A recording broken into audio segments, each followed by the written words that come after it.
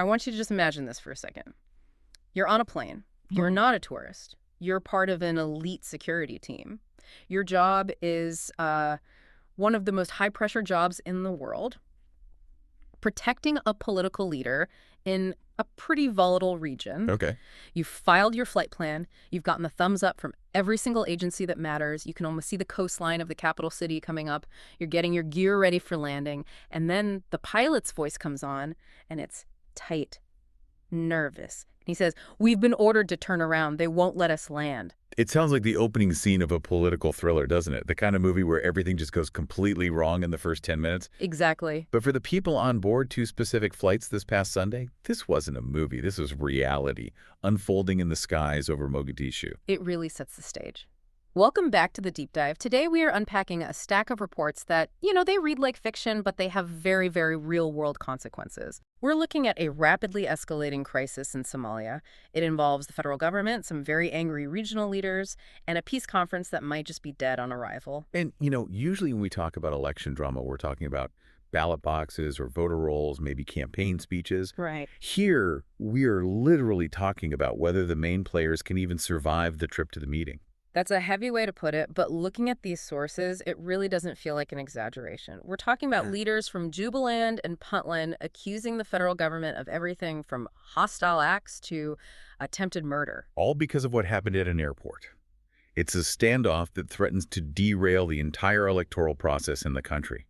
And to understand why, we have to look beyond just the tarmac. Yeah, we have to look at the deep, fractured relationship between the center of power in Mogadishu and the regions. Precisely. So let's dive in. The mission today is to figure out how a dispute over landing gear and bodyguards turned into a national crisis. Let's start with the incident itself. Sunday morning. Who was actually on these planes? So the reports focus on 2 separate aircraft.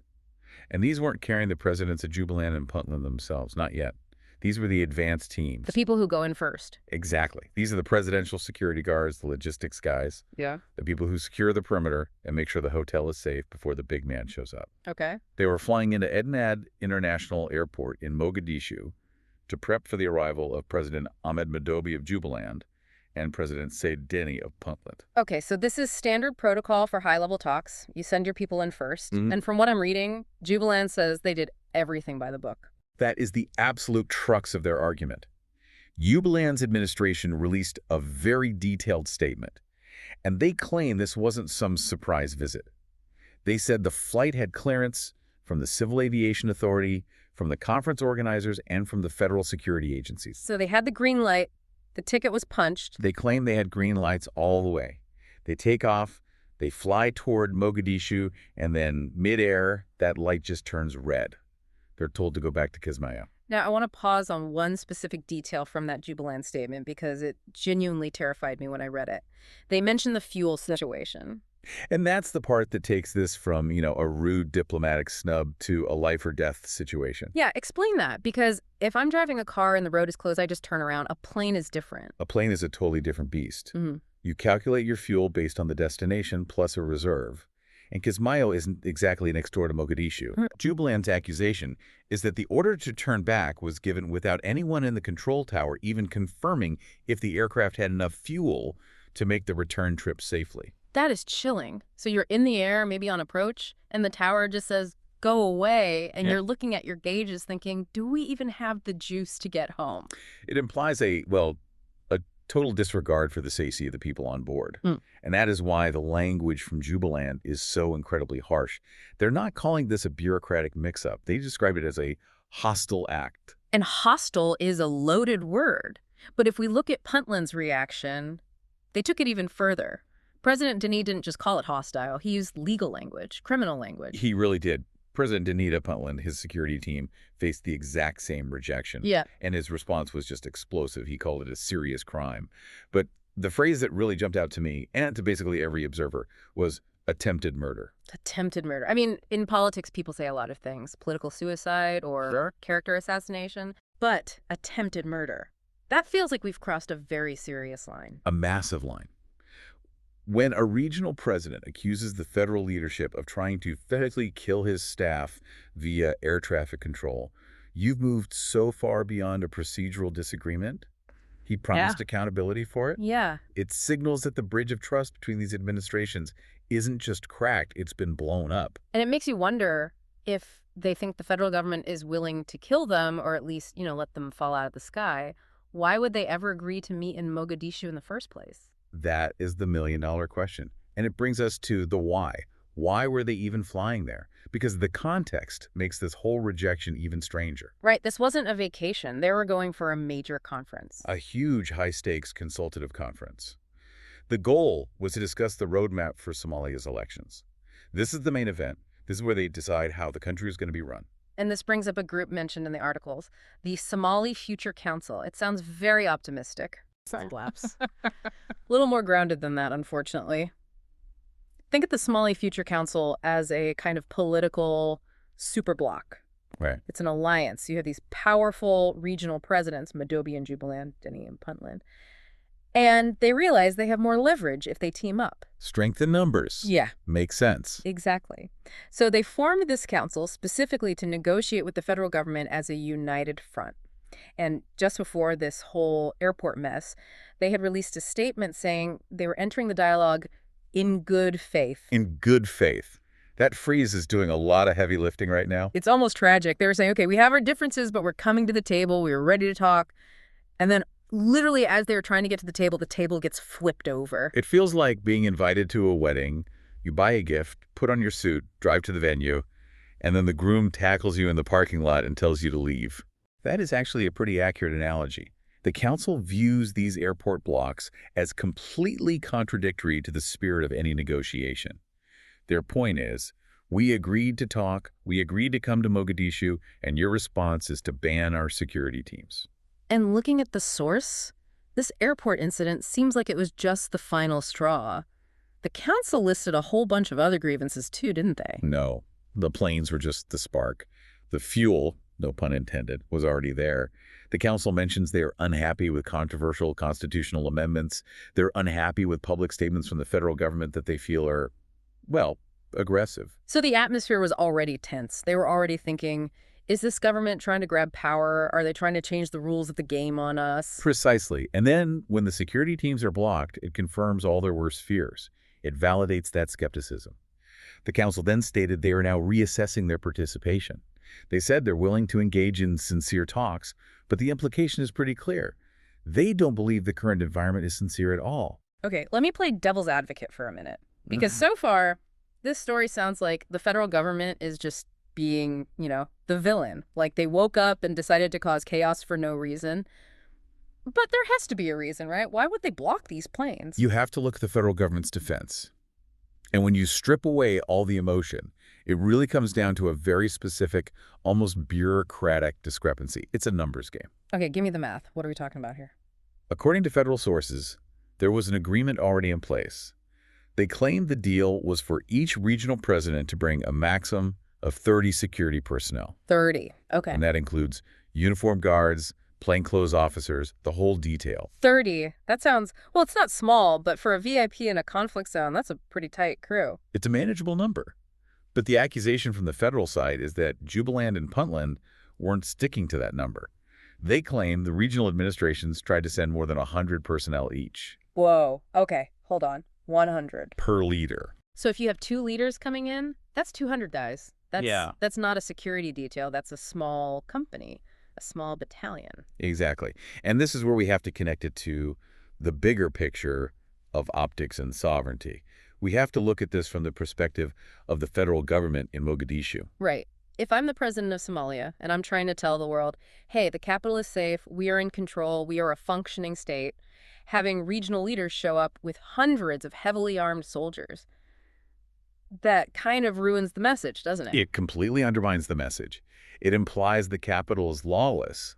It implies the federal government can't be trusted to protect its own guests. It's like, okay, imagine the U.S. president invites a governor to the White House, and the governor shows up with 2 busloads of the National Guard in full combat gear and says, I'm bringing these guys into the Oval Office because I don't trust your Secret Service. The Secret Service would never let them pass the gate. Yeah. It would be seen as an act of aggression, a challenge to authority. So the federal government is basically saying, We are a sovereign nation. You can't just march your militia into our capital. And the regional presidents are saying, we are targets.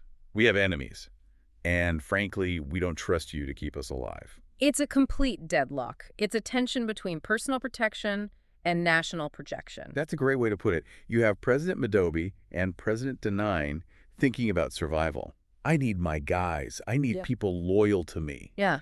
And you have the federal government thinking about legitimacy. We need to look like a real government. And both arguments make sense. That's what's so frustrating. It's not irrational for a capital to limit external troops, but it's also not irrational for a leader to want their own guards in a place like Mogadishu. They're logical positions, but totally incompatible without trust. And speaking of trust, or the lack of it, this isn't the first time we've seen this movie. Yeah, the source material mentions this. This felt like déjà vu for a lot of observers. He is a recurring nightmare. The source points out a striking parallel to 2021. What happened then? Almost the exact same scenario. It was during election consultations again. And observers noted that back then, both Puntland and Jubaland leaders arrived in Mogadishu with very large security details. It was a friction point then, and it's a friction point now. So this is a pattern. It's almost like a ritual. Before we can talk about the votes, we have to fight about the guns. It signifies this deep-seated mistrust. That's the core issue here. It's not really about the number 30 or the number 100. It's about the fact that the regional administrations do not feel comfortable placing their physical safety in the hands of the federal security apparatus. That's a heavy realization. If you can't trust the other side to keep you alive, how on earth are you supposed to trust them to fairly count votes? That's the critical link. The security arrangement is a proxy for the political arrangement. If they can't agree on the security needed just to arrive at the meeting, what does that say about their ability to agree on a really contested electoral roadmap? It feels like the logistics are just a symptom of the disease. And the disease is that lack of faith we talked about earlier. And remember, the stakes in Somalia with elections are always incredibly high. The relationship between the center Mogadishu and the periphery, the regional states, is the fundamental tension of the Somali state. The federal government wants a centralized, cohesive look.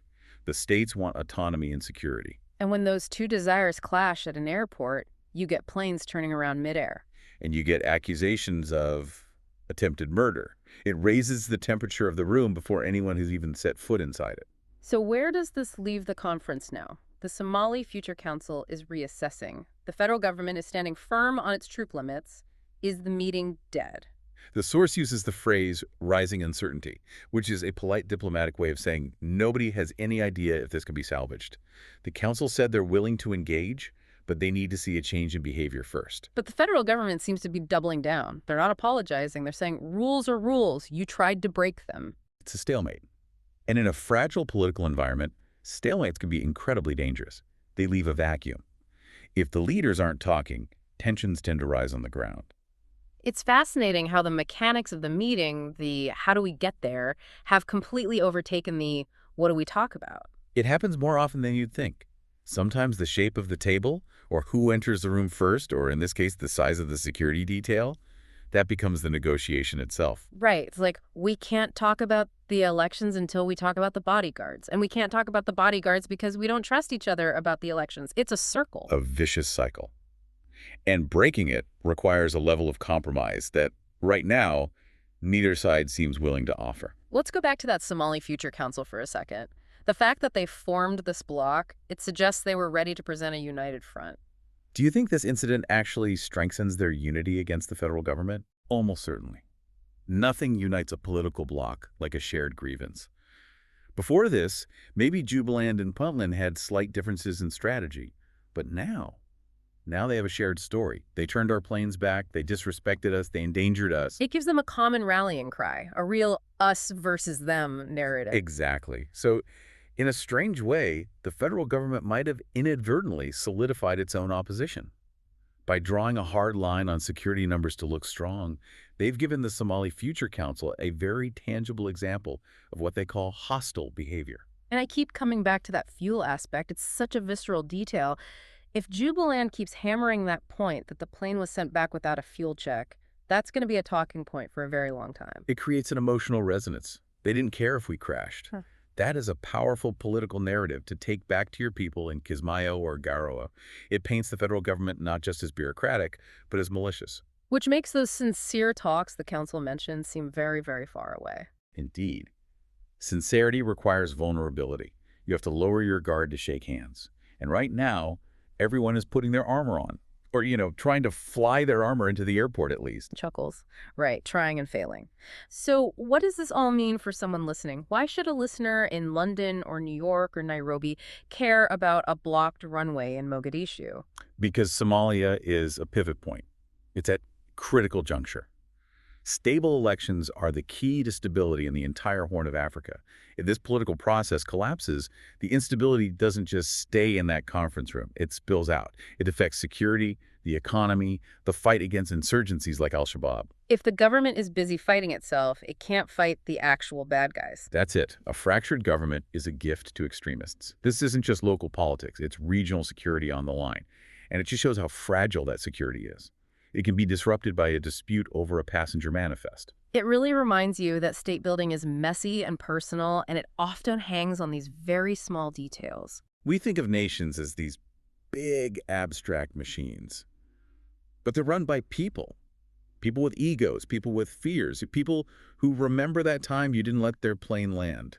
Well, we've covered the dramatic mid-air turnarounds, the terrifying accusations of attempted murder, the clash over the math of 30 troops versus 100, and this deep history of mistrust that just keeps replaying itself. It's a complex situation with no easy fix.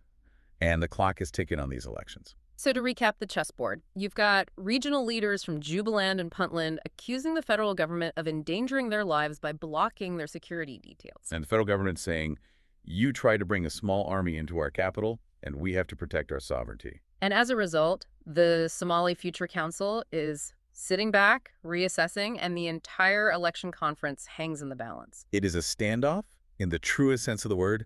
Nobody is moving. And until someone blinks or, I don't know, someone builds a bigger table, nothing's going to change. Exactly. So, as we wrap up this deep dive, I want to leave you with something to think about. We often look at political failures and assume they're about big ideological differences, this policy versus that policy. We assume it's about the big ideas.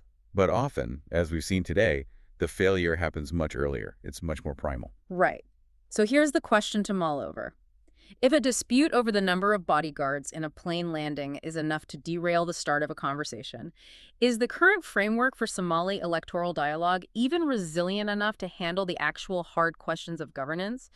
Or is the whole process just broken before it even begins? That is the question that will determine the future of the country. Thanks for listening to The Deep Dive. We'll be watching the skies and the headlines to see what happens next.